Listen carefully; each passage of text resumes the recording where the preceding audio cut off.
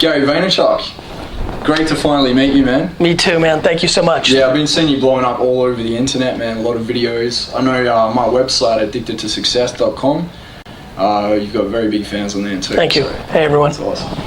Yeah, man. First and foremost, I actually just want to say thanks because you probably don't know it, but you played a pretty big, pivotal part in my inspiration to my success, actually. Thank you. In following my passion and profiting from it. It's funny because about 5 months ago, I actually walked in and told my pain in the ass boss, I can't work here anymore, it's costing me too much, and I'm not coming back. So thank you, man. Thank you. You inspired me a lot. I appreciate it, man. Good luck to you. It's awesome. Thank you. So you've done very well with your wine business. Yes. Family wine business. Yes. You've actually built it up to 60 million. Yep. What would you say that has been the biggest aha moment in your life when it comes from business? You know, what's something that kind of blew you away? There's a lot of things. You know, it's never been one thing. But the thing that really stands out to me is there's no shortcuts. You know, I think that people think that you can just get there. That there's some sort of quick move, you know, there's some algorithm, there's some, you know, things you can do that are just going to get there, and there's just no shortcuts. For me, the biggest aha moment has been the last 20 years of my career. I mean, we're now here at VaynerMedia, and you can see it's a pretty big operation. This company's gone from 25 to 280 people in the last 2 years. It's a lot of growth, but it took 17 years of knowing about business that helped me speed the process up of building this business. It was all the context of building the last wine business from 8 to 150 employees, right? It's the learnings, it's the gray hairs, mate. You know, they matter, right? Like, I was a whiz kid and I'm good and I'm smart, and there's plenty of people watching right now at 22, 23 that can figure it out. Yeah. But no matter what, you can get better. You get better, and there's no shortcut. So the aha moment is that it doesn't happen overnight, you know?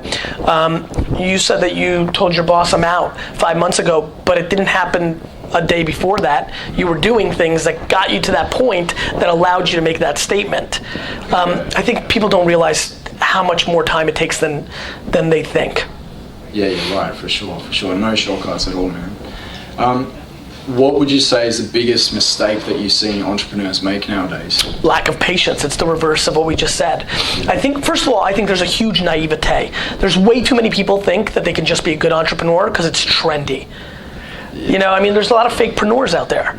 Yep. They're out there. I mean, there's a lot of people who are great students, come from wealthy families, have never hustled in a day in their life. They think just because they're graduating from Yale that they should be a startup entrepreneur like Zucks was from Harvard, and that's not real. On the flip side, you don't have to be wealthy and either. You know, there's a lot of kids who are like, they're immigrants. They think they can do it because there's immigrant stories. I mean, the truth is this: self-awareness, the lack of self-awareness is the biggest issue.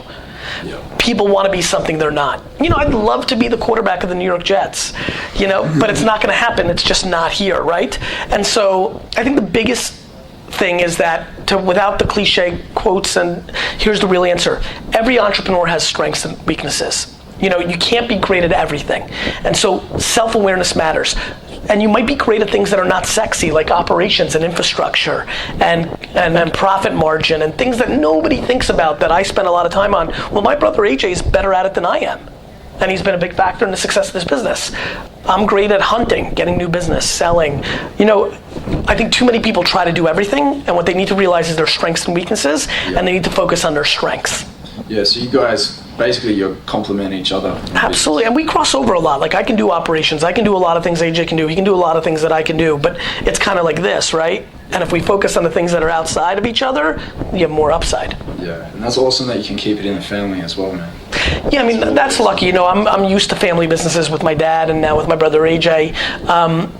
They're hard, you know, for people that are watching, they're hard, because there's other variables that you don't have with other people. There's a love there that you don't share with other people that make you make decisions not just based on the business. Yeah. You're making decisions with your heart, not just your head. Yeah. And as much as heart, and that's why I have such a great culture I put in, they're never my brother, and that's just another variable. And so, yeah. Yeah. When you first started, you know, you went the social media route, you did the video blogging and things like that. You know, you built your business up from 3 million to 60. When you started to find a little bit of, say, fame and a little bit of success, was your definition of success different to how it actually is now?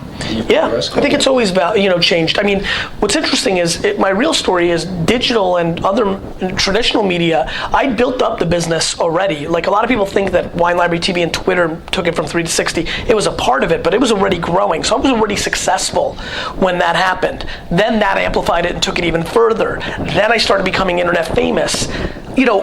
Pure business-wise, I want to buy the New York Jets, right? Multi-billion-dollar ambition. So success has always been predicated on how close am I to doing that.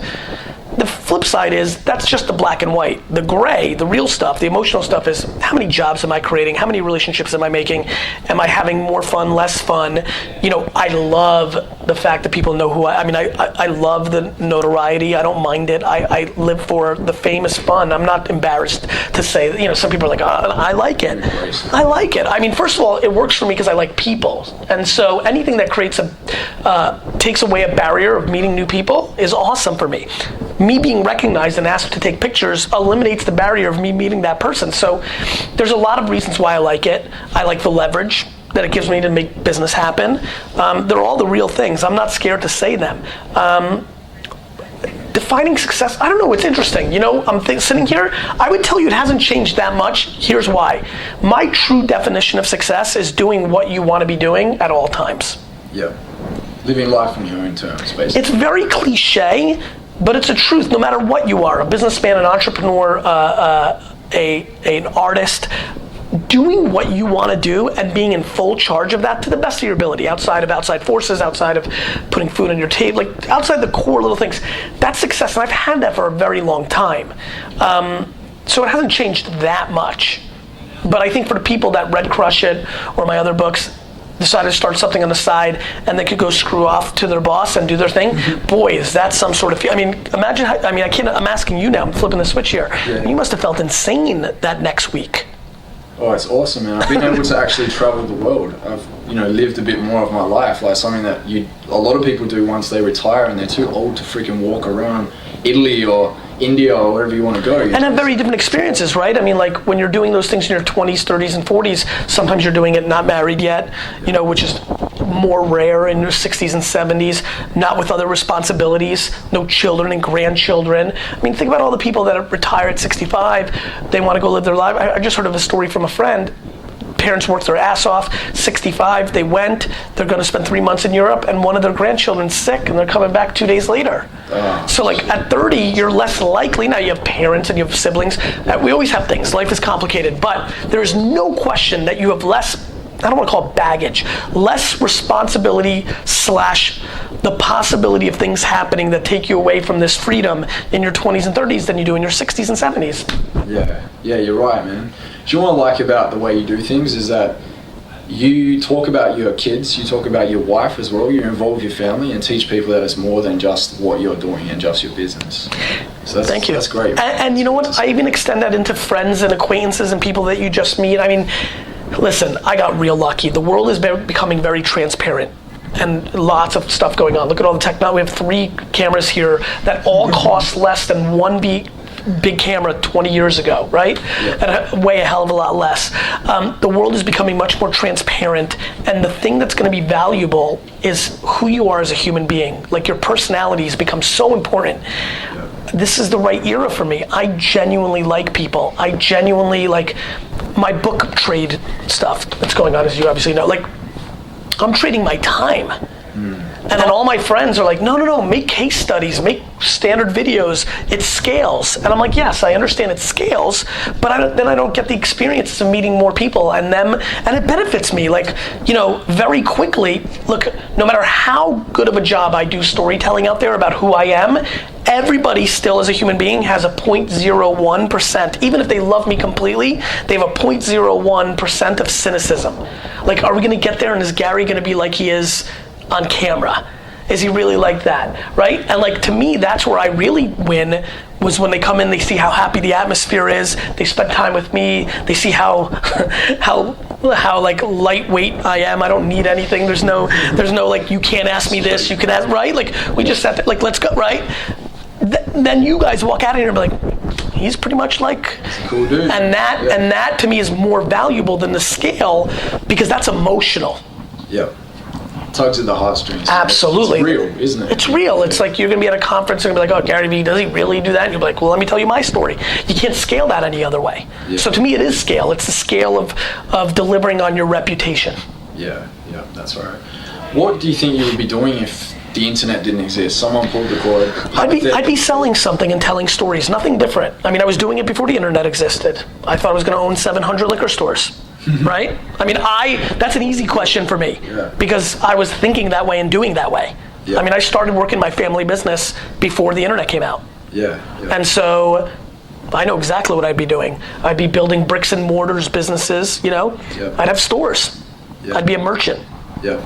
That's good. A real businessman.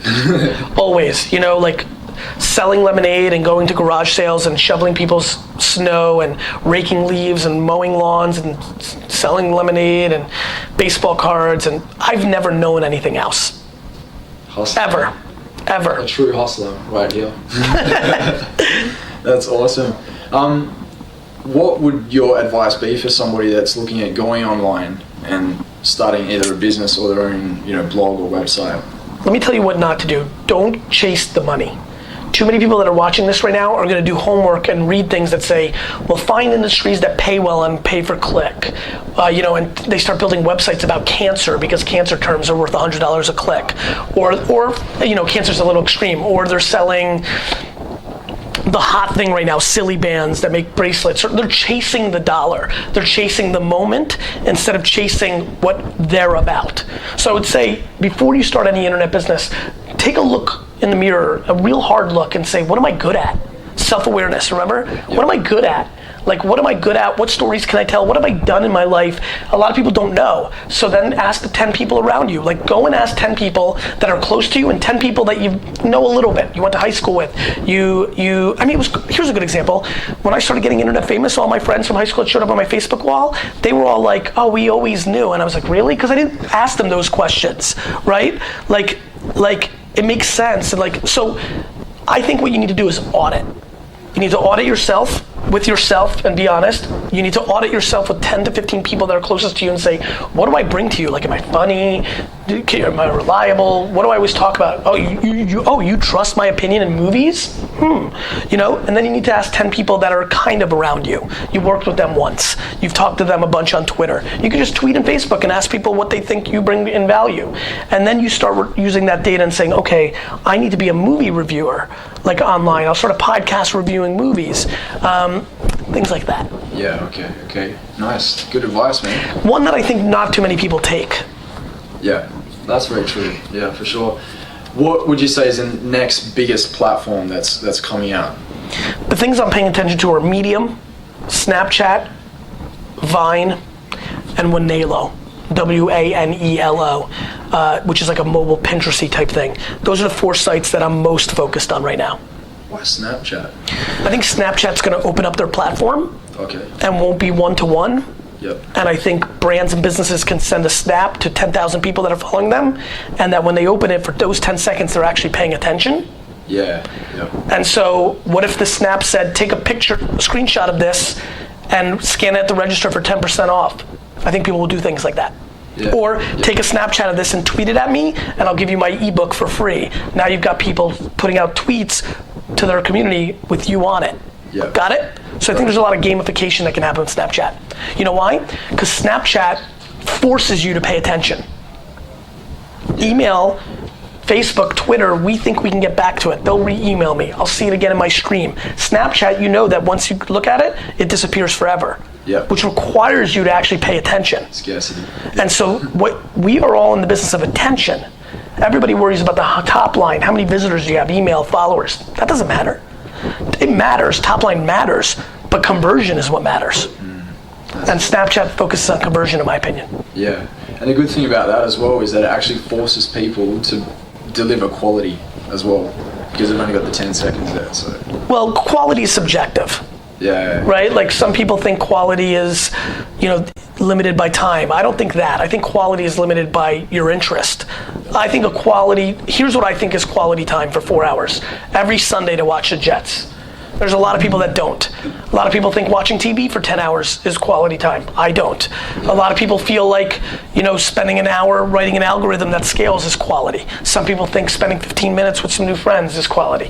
Everybody has a different definition. Some think the Kardashians are quality TV. Other thinks it's ruined the world. Some people think that Richard Branson and Tony Robbins are quality. Other people don't. So quality's subjective. It's art. You like listening to certain music? I think quality is foie gras and sea urchin. You may not. Quality is subjective. What's not subjective is how it makes one feel. And so the customer's always right. But the effort is required. Yeah, you're right, man. That's something to definitely take into mind. Definitely. Awesome. Good. One last question. Please. I've just recently got engaged to my fiance. Congratulations, my friend. Thank you, man. Thank you. And she really loves Moscato. Okay. Moscato. I love it. I want to get a few brownie points here, man. Yeah. I want your advice on what do you think is the best sweet Moscato one? So there's a bunch that I'm very fond of. I think the place for you to realize, this is a great question. So first of all, Australia makes some good ones. Yep. Does she like late harvest Semillon? First of all, you should get her on that. Yeah. So late harvest Semillon from the Hunter Valley.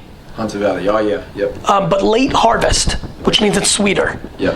And then Moscato in general, I think if you focus on the Alsatian wines, if you go to Alsace and Austria, that's where you can get some great ones. Yep. Awesome, man. Good, mate. Thank you for your advice. Thank you, everybody. Awesome. Wish you well.